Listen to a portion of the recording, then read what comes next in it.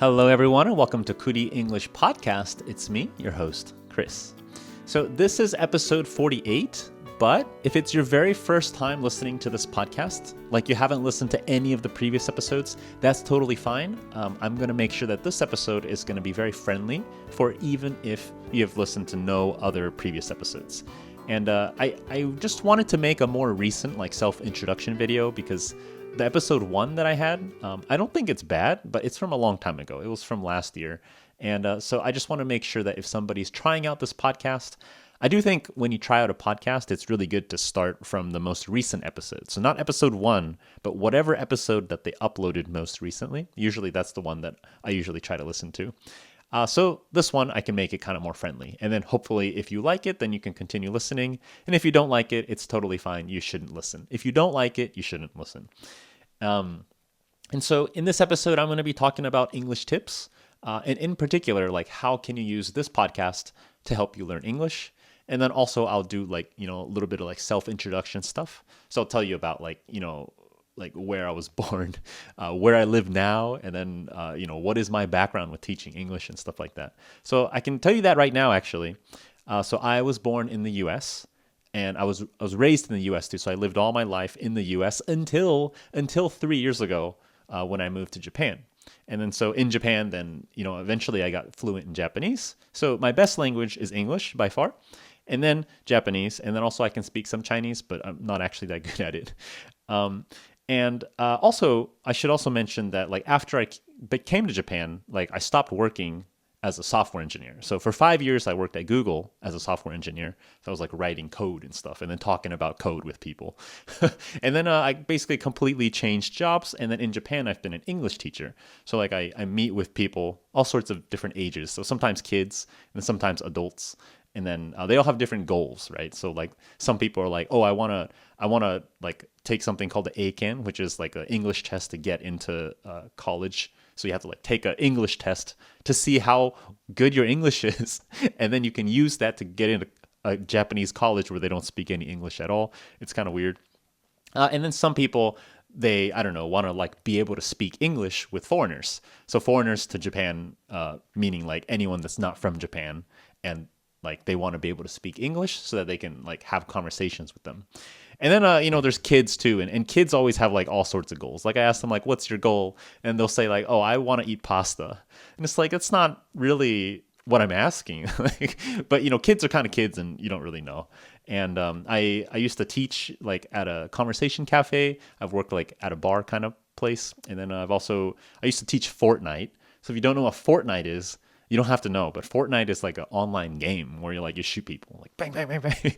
You shoot a bunch of people, and then if you shoot a lot of people, then you win, and then if you get shot, then you lose. But I used to play Fortnite with Japanese kids, and then I have to talk to them in English, and then they respond to me in Japanese, and I have to say no, let's say that in English, and then I'm a human translator. But anyways. That's the short little introduction about myself. I try to make it a bit more interesting than the normal one that I normally give. I can also give that one, but it's kind of really boring. It's hi, my name is Chris, and I'm an English teacher in Japan. And then I pause, and I say, in my free time, I play guitar and I record a podcast. It's really boring. That's the same introduction. The funny thing is anyone who teaches languages, so it doesn't have to be English teachers, but anyone who teaches any language, for example, a Japanese teacher or a German teacher, any language teacher knows that you have to do the self-introduction so many times, and that is so boring and tiring. So I guess what I try to do is I always try to make it a bit more interesting. So then I gave you that story. I talked about the Fortnite kids, and I also talk about, I have a lot of confidence in cooking curry, and what else? I also like karaoke and lying to people. So anyways, maybe that's enough. As always in this podcast, what happens is in the introduction, I talk about some stuff a little bit, and I talk about what we're going to talk about. As in, I introduce the topic, which is going to be how to use this podcast to get better at English. That is the main topic of this podcast episode. And then after I do the introduction, then we take a short little music break where I play some music that I recorded a long time ago on my guitar. And then I actually come back and start telling stories and stuff. So we're at that point now. So let's take a short little break. And then while I take this short little break, you have 10 seconds to do whatever you want to take a short little break. And then those are like really good points for if you weren't really listening, you can tune in for the next section. You don't have to rewind. If you didn't really understand all of it, it's fine. You can do whatever you want. You can like go back and try to listen to it and try to understand, or you can just ignore it and say, nah, it's fine. I'm just going to try to understand from here on out. That's totally fine too. But as always, what we're going to do is we're going to take a short little break here, and then I'm going to come back, and then I'm going to tell you more about how to use this podcast to get better at English.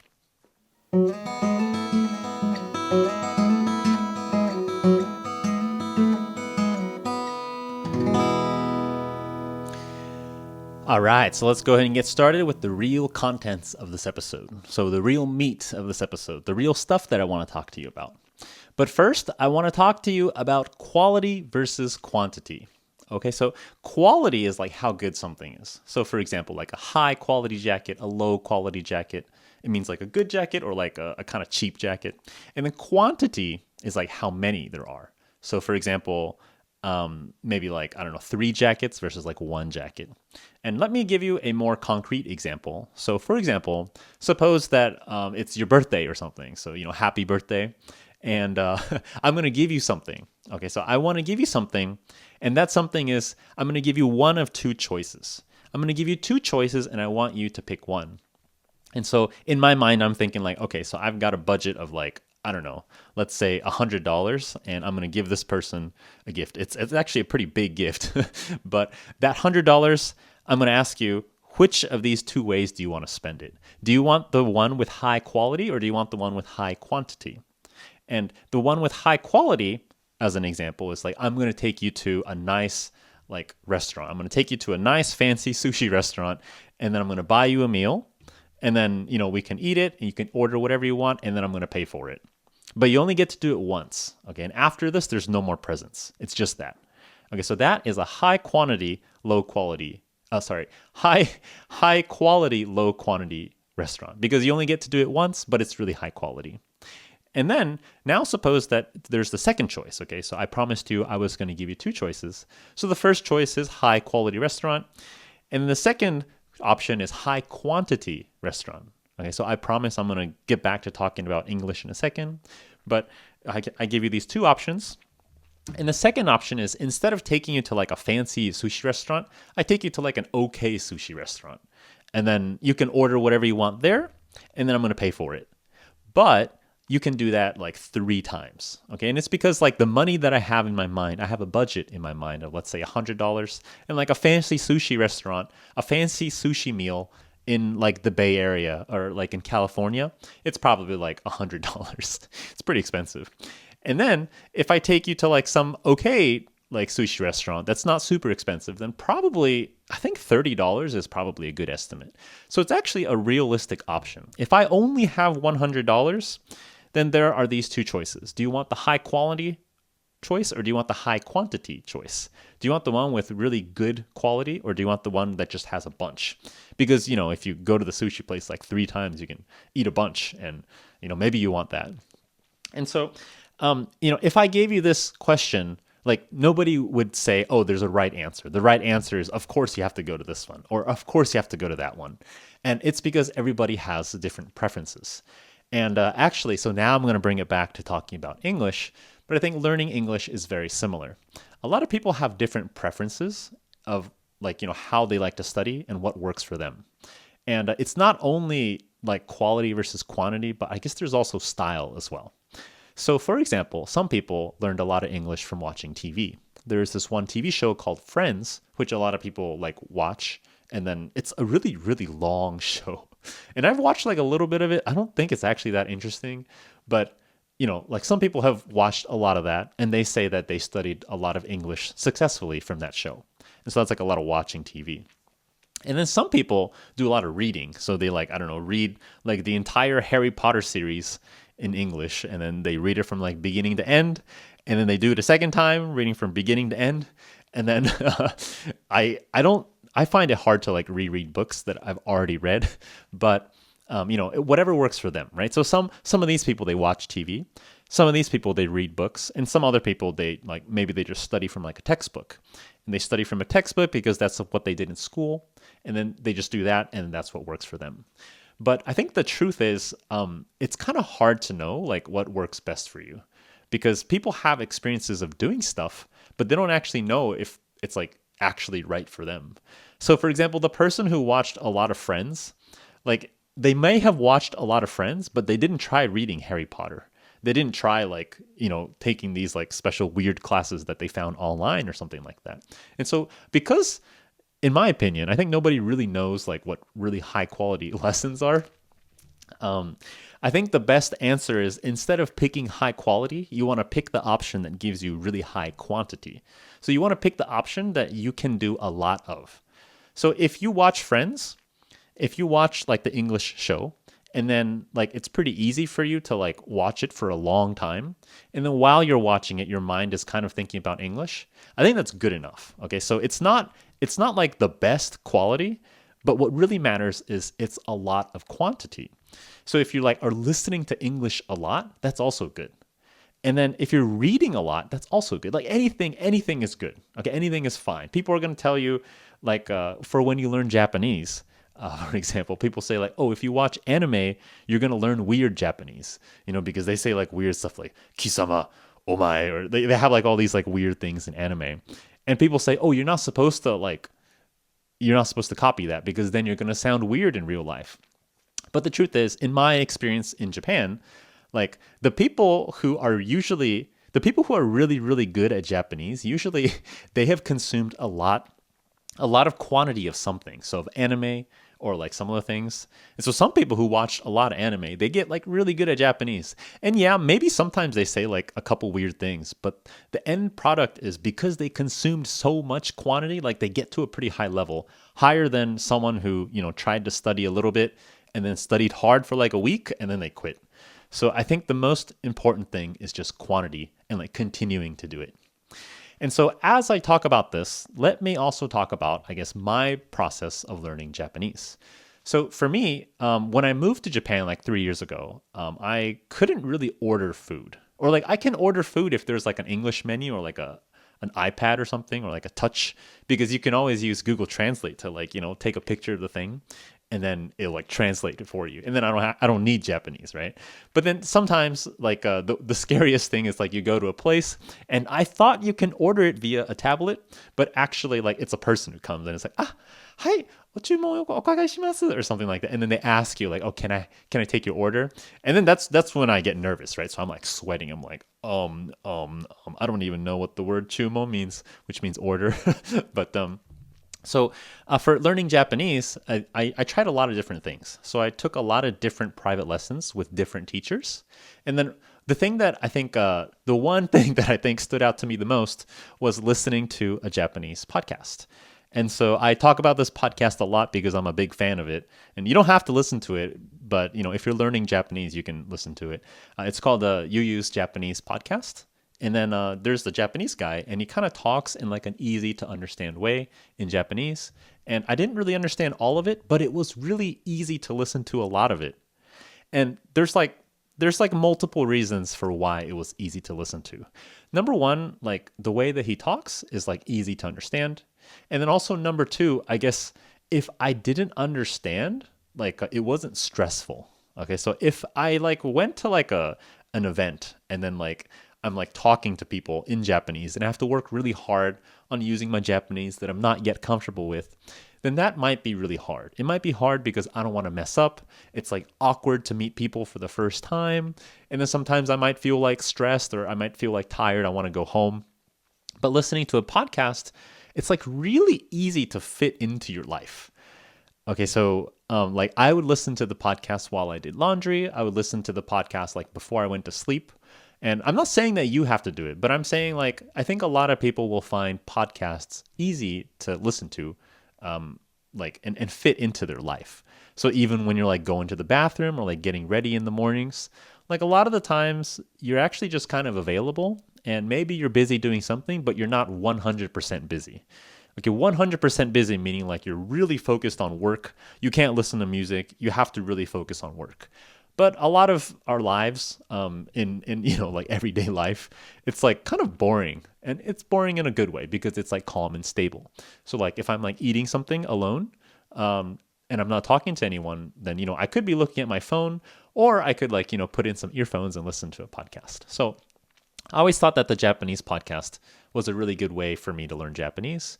And it's not the only thing, okay? So just listening to that podcast does not make you like fluent in the language. So just listening to that Japanese podcast was definitely not enough for me. I still had to go to Japanese school. I still had to take like Japanese lessons, and I still had to experience making so many mistakes in Japanese before it got to a point where I'm like happy with it. But that's why I made this podcast, right? So like after I heard that Japanese podcast, I was thinking, oh wait, I wonder if there's like an English version of this. And there are so many podcasts and YouTubes and like lots of different stuff, lots of different content for learning English. But something that I noticed was there were like out of like, the 10 or 15 or so that I tried like inspecting, I tried to like listen to it and think like, oh, I wonder if this is one that I can recommend to my friend. Because my friend was asking me like, hey, what do you recommend that I listen to for an English podcast?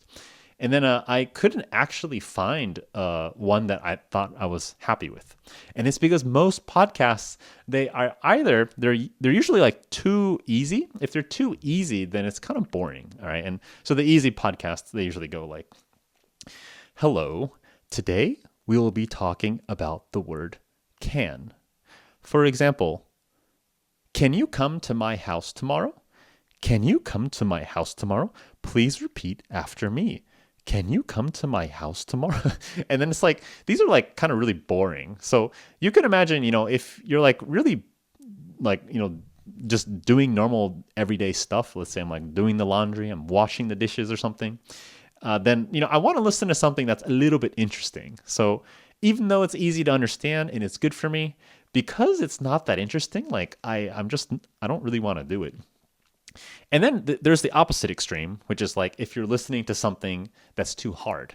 And so stuff where people are just talking about their everyday stuff. I think a really good example is my friend sent me this other podcast, and there are these guys from California, and they just talk about like random topics. And sometimes it's usually like interesting topics like dating stuff. So they're like, oh, okay, so when you date someone, like how tall do they have to be before you date them or something like that. And then I guess like the way they talk and the topics that they talk about, that's fine. It's interesting, but it's just hard to understand, I think, for most people, unless you're at a level where like you're pretty high level. If you're pretty high level, then you can probably listen to that and that's fine.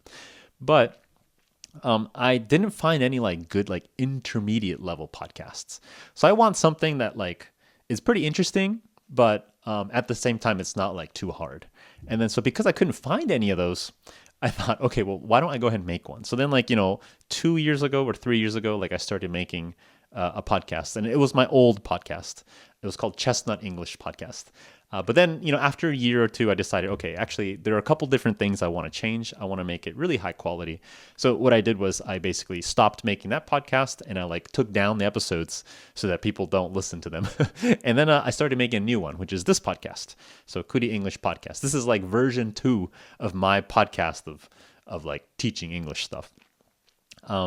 So anyways, that was all to say. I think what I recommend for you is if you want to improve your English listening, then what I recommend is you want to increase the quantity as much as possible. So if you like watching English TV, that's fine. Just watch a lot of English TV.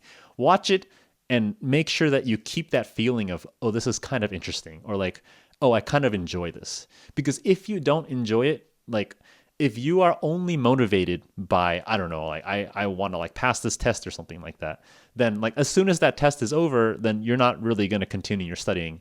And you want to continue for a long time, and continuing for a long time and consuming a lot of quantity, no matter how low the quality is, I think you'll get pretty good at it. I'm just waiting for someday like I meet someone that's like, hey, I played 10 games like all in English, and I've played over like 10,000 hours of English games, and I still can't speak English or something like that. I still haven't met someone like that, but I'm like really excited to meet someone like that. So anyways, to increase your quantity, what I'm trying to say is if you listen to a lot of English content, I think that's a pretty easy way to increase your quantity. So you can use it.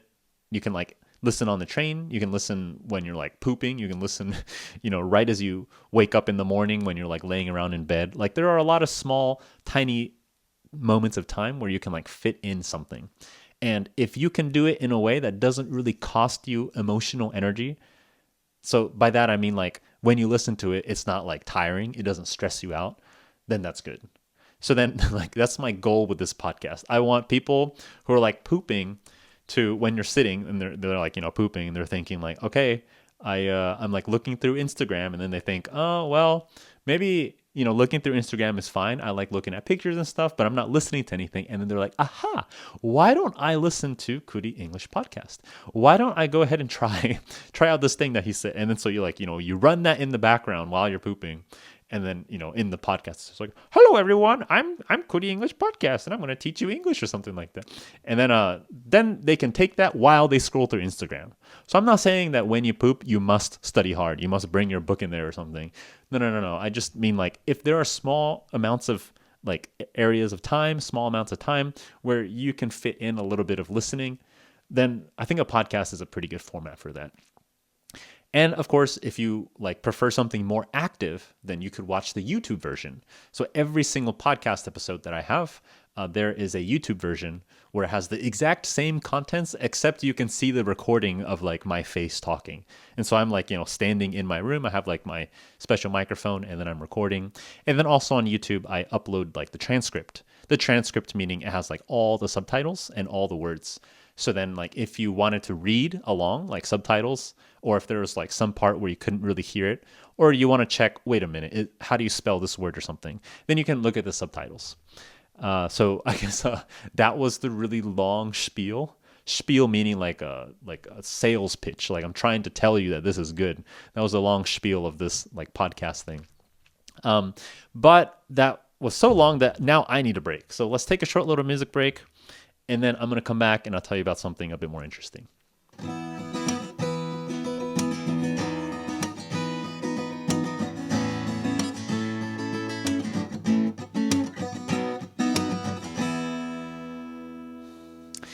All right. So I talked a lot about like this podcast and how I recommend you use it, which is basically to say like I think it's good if you want to listen to more English, and then that English that you listen to, you can try to like fit it into small parts of your life where normally you wouldn't put anything in. So if you were going to eat dinner and then like scroll through some social media stuff, maybe you could listen to a podcast while you do the same thing. And so that was all that I was trying to say. And so to also explain this podcast a little bit, I think it's not just that I talk about studying English stuff, which I think actually might be kind of boring. And so the podcast that I like, he is a Japanese teacher, and he does talk about learning Japanese, and I'm interested in learning Japanese. But at the same time, the best part of this podcast is he just tells very human stories about like himself. And so I try to do the same things too. So I like try to tell stories about, like some of them are like mess ups in Japan.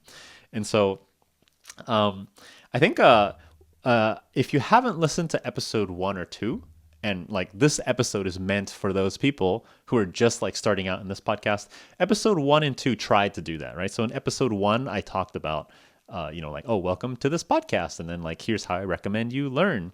And then there's episode 2, which is where I talk about like one of the big failures that I had in Japan. And so what I'm going to do now is I'm going to talk a little bit about that same story, but it's also like an updated version because, I'm kind of experiencing the same thing now. But I, in 3 years ago, when I moved to Japan, there's something in Japanese called kafunsho, which means, like, if you put it into Google Translate, it says, like, hay fever. But hay fever, dude, nobody knows what hay fever means. Nobody uses that word in the US, or at least amongst all my friends. But if you say allergies, then people will understand that. So it's a little bit less specific. Like, the actual term is probably hay fever. And if you Google it, like, it'll say hay fever. But I think just allergies in general is a fine way to say it. So if you wanted to say, if you were Japanese and you wanted to say, like, I have kafunsho, then you would say, oh, I have allergies, or I have pollen allergies. And that's what it is, right? It's pollen allergies. Because like in Japan around like, February, March, and April, like because it starts getting warm again, what happens? Well, all the trees, they've been holding in their pollen, right? They've got their pollen and it's like, bah! And then they just like let it all out. And then what happens is the air gets like these tiny little things called pollen, And then for a lot of people, it like makes their nose kind of stuffy, and then it makes their throat itchy. And I'm not sure if you can hear the difference, but actually I feel some of that now. And so some people actually don't have this at all. So those people, like, even if there's tons of pollen, like, they're totally fine. But that's not me. I am not fine. Okay. So unless I take medicine, like, I feel a lot of stuffy nose, and then like I sniff a lot, and like I have a lot of like snot like coming out of my nose. But when I first came to Japan, and now this is going to be the start of personal story time. Okay, so I'm going to be telling you this story, which I already talked about in like episode 2, but it's going to be like the short version. And if you want to listen to more, you can actually like listen to the full episode. So episode 2. But so 3 years ago, I like came to Japan, and then like I started feeling, like a little bit sick, right? So I was like, oh wait, why is my nose runny and like my throat itchy? And the thing is, like, I've been sick before, okay? It's not like I have never been sick in my life. No, I've been sick a lot of times in my life. And what do you do when you're sick? Well, I guess you like, you lay in bed. You try to, drink a lot of fluids. So like soup and water and stuff like that. I really like coconut water, so I like try to drink more coconut water. But so I was like not really getting better. So then I remember about 3 years ago, like I didn't really read much Japanese, and I also couldn't really speak much Japanese. So I had a lot of trouble finding like the right place to go to. And the real answer is you just need to go to a clinic. Okay, so I'm not a hospital, but a clinic. And if you go to a clinic, then you like talk to the doctor and you say, I have the pollen allergies, and the doctor will be like, okay, that's fine. Well, why don't you try taking this medicine? And then you take the medicine, and then that's it. Either that, or you like look it up yourself. If you like Google, oh, what do I do for pollen allergies? Then Google will tell you the answer, and then you can like go buy it yourself at some like drugstore. But I didn't know that, okay, because I just moved to Japan, and so what I did was like, okay, well, I know how to say like hospital in Japanese because I learned it in Japanese school. It's byoin. So then I like searched in Google Maps like byoin, and I'm like searching for a hospital. And then I went to like a bunch of wrong hospitals. And that is like the sad, or it's probably funny for you, but it was sad for me at the time and a little bit embarrassing. But I went to a bunch of different like wrong places. Like I went to this place and it was a hair loss clinic. So hair loss is like, if your hair is like, if you don't have much hair. And I've never had this problem in my life. Okay, I have a lot of hair. So actually it like grows out to be pretty long, and it's kind of annoying. But I went to a hair loss clinic, and because I didn't speak enough Japanese, like I basically, like I went to a bunch of different wrong places. I went to the hair loss clinic, and then I was like, I need to speak to a doctor, and they're like, what kind of hair loss product do you use? And then I was like, I don't know what that means, but I need to speak to a doctor. And then, so I have all these experiences where it's like, I go somewhere and I'm like, I want to talk to a doctor, but actually it was the wrong place. So first I went to like a hair loss clinic, and then I went to like a breast cancer clinic. And then breast cancer is like, usually like 99.9% is only women that have it. Like men usually don't get it. But so I went to a breast cancer clinic. I even went to like an STD clinic. So an STD is it's not really an explanation for kids, but basically, like if you are an adult and you do a lot of like, shady things with other people, then sometimes you get these special like sicknesses called STDs, and then for those you have to go get checked. And then so like I went to even one of those, and then when I went there, like I didn't know that it was an STD check because I didn't really speak or read Japanese. So then I just like try to talk to the employee, and I use like Google Translate a lot, and it was really awkward. And so that is like the really long story and the really long chain of embarrassing events. Okay, so it was not one embarrassing thing. It was like a whole day, probably like 4 or 5 hours of just going to hospitals and then realizing, oh, it's the wrong one. And so as I say this, I should also mention that I am also kind of grateful that I had this experience. Grateful might be kind of a weird word, but it means like I appreciate it. I appreciate it because making these kinds of mistakes has like made me become smarter as a person. So if I didn't do this, if I went to the clinic and then got medicine like a normal person, then maybe I wouldn't have had all these experiences and I wouldn't have these interesting stories to tell. And at the same time, I might make the same mistake later. But because I made all these mistakes early on, mistakes are how we learn. And so it was a good experience for me overall. And in the end, I did get the medicine that I needed. And it wasn't painful. It was just embarrassing. And so like as I talk about this, I do feel like, oh man, I can't believe I did that. It was only 3 years ago, but we all have come a long way. So I'm sure that if you imagine, 3 years ago, probably a lot of stuff has changed for you. And also all the mistakes that you've made over the past 3 years. Maybe you weren't happy to make them at the time, but mistakes are how you learn. And it's the same for language stuff too. If you are trying to speak some language that you're learning, and then you mess up, and then like a teacher fixes what you say, then it's like easier to remember. If you get it right the first time, that's also fine, but it doesn't stick as well.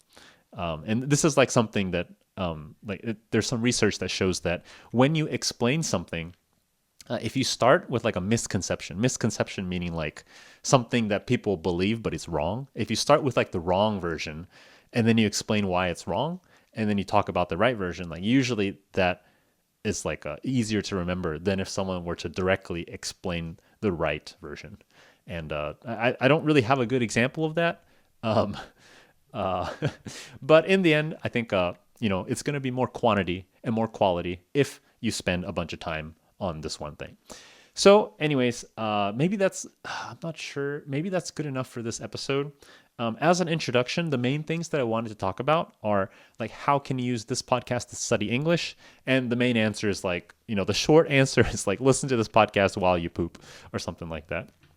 And then I also want to mention, if you do not like this podcast, you do not have to listen to it. Okay, so all of these episodes, I'm trying to make interesting content, but if it's not interesting for you, that's fine. Like you can listen to a different podcast. Because my goal is not for you to listen to this podcast. My goal is to like help people with their English learning journey. So if they want to practice their English listening and they think this is something that they could do, then yeah, give it a try. And if you haven't really thought that much about it, what I'd recommend is the next time you poop, listen to this podcast. And then when you finish pooping, pause it. And if you want to keep listening or you're curious, then that means like I'm doing the right job. It means I'm telling interesting stories. So then that means I'm doing the right thing. But with that, that's probably a good point to end this episode. So what I usually do is I have a couple different sections where I talk about stuff. And then eventually in the last part, I like wrap things up. So to wrap it up, if you want to study English and you want to get better at listening, you can listen to this podcast. And then if you think that listening will never help all the other stuff like speaking or like reading, actually, I think you're wrong. So all of them, they kind of go together. If you do a lot of listening, your other skills, like they also get helped, right? They get boosts because as you listen to stuff, you learn new words. And sometimes I'll teach you slang and stuff like that as well. And then, I also have other stories. So if you're interested in listening to that like wrong hospital story, like I talk a lot about it in depth, and that's episode 2. So you can feel free to listen to episode 2 if you want to hear more about that. But for this episode, I think that's good for like a first little mini introduction episode. And then I also talked a little bit about pollen stuff, which, it's honestly quite terrible. But anyways, I think that's good enough. Let's go ahead and call it a day. So thank you so much for listening until the end of Kuli English Podcast. I hope that you find it like fun or useful, or ideally both. And then if you find it helpful or useful or whatever, you can feel free to subscribe or follow, but you don't have to. Okay, so if you think that following me or subscribing to me is going to give me more money, that's not true. If I wanted more money, I would go be an engineer, and like that is going to make much more money than teaching English for sure. So if you like it, you can follow, you can support, you can share it with people. But remember, my goal here is to help a bunch of people. So if you want to help people, then feel free to send it out to people that you think it'll help. But with that, thank you so much, and I hope to see you next Tuesday. Remember, we always have new episodes released on Tuesday. So Tuesday, 7 a.m. Japan time. That's when I launch the new episodes. And that's the time that this episode is also going to launch. I'm actually recording it beforehand. So thank you so much, and I hope to see you next Tuesday on Kuli English Podcast.